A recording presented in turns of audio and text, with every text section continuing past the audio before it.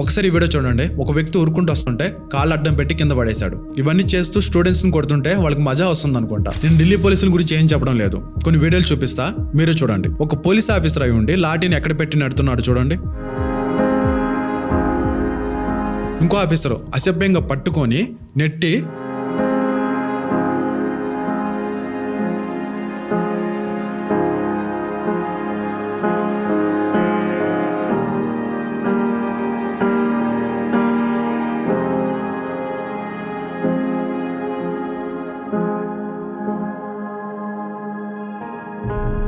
మళ్ళీ ఆడవాళ్ళు ఢిల్లీ పోలీసులు కాపాడతానని చెప్పి నమ్ముతున్నారు. బేటీకి పడావు బేటీకి పచ్చావు అన్న మాట గుర్తుంది కదా, ఎవరన్నారు? కానీ తల్లి కూతుర్ని ఎలా కొడుతున్నారు చూడండి ఒకసారి.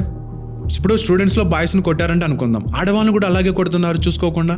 ఎంతమంది గాయపడ్డారు తెలుసా ఆడవాళ్ళు. స్టూడెంట్స్ని కొట్టడానికి లాఠీలకి మేకులు పెట్టుకుని మరీ వచ్చారు, ఏది కొడితే బ్లడ్ రావాలని చెప్పి. ఇది ఒక కామన్ మ్యాన్ చేస్తుంటే క్రిమినల్ అంటారు. కొంతమందికి బ్యాడ్జీలు లేవు, సివిల్ డ్రెస్లో ఉన్నారు, వాళ్ళు పోలీసులా కాదా అని తెలియదు. అయినా తేడా ఏముందిలేండి, పోలీసులు కూడా పైనుంచి ఆర్డర్ వచ్చిందిగా లాఠీ చార్జ్ చేయమని చెప్పి. నాకైతే ఒక క్లారిటీ వచ్చింది, పోలీసులు ఉన్నది మనల్ని రక్షించడానికి కాదు, ప్రభుత్వంలో ఉన్న నాయకులను రక్షించడానికి. ఢిల్లీ పోలీసులు ఇలా బిహేవ్ చేయడానికి కారణం ఒకటే, స్టూడెంట్స్ లో భయం నింపడానికి. ఇంకెవరైనా ప్రొటెస్ట్ కి రావాలి అనుకుంటే భయపడడానికి. మీకు తెలియని విషయం ఏమిటంటే స్టూడెంట్స్ ని ఎక్కడ గెలకూడదు అక్కడే గెలికారు. ఒకళ్ళంటే ఒకళ్ళు కూడా వెనక్కి దక్కలేదు, ఇంకా రెట్టింపుతో వస్తున్నారు. దీని మీద ఏ న్యూస్ మీడియా కూడా కవర్ చేయడం లేదు, కవర్ చేయదు కూడా. మీకు ఇష్టమైన ఇన్ఫ్లుయెన్సర్ కి దీని మీద రియాక్ట్ అయ్యి వీడియోస్ చేయమని చెప్పండి. అక్కడ వాళ్ళు దెబ్బలు తింటుంది మన కోసమే.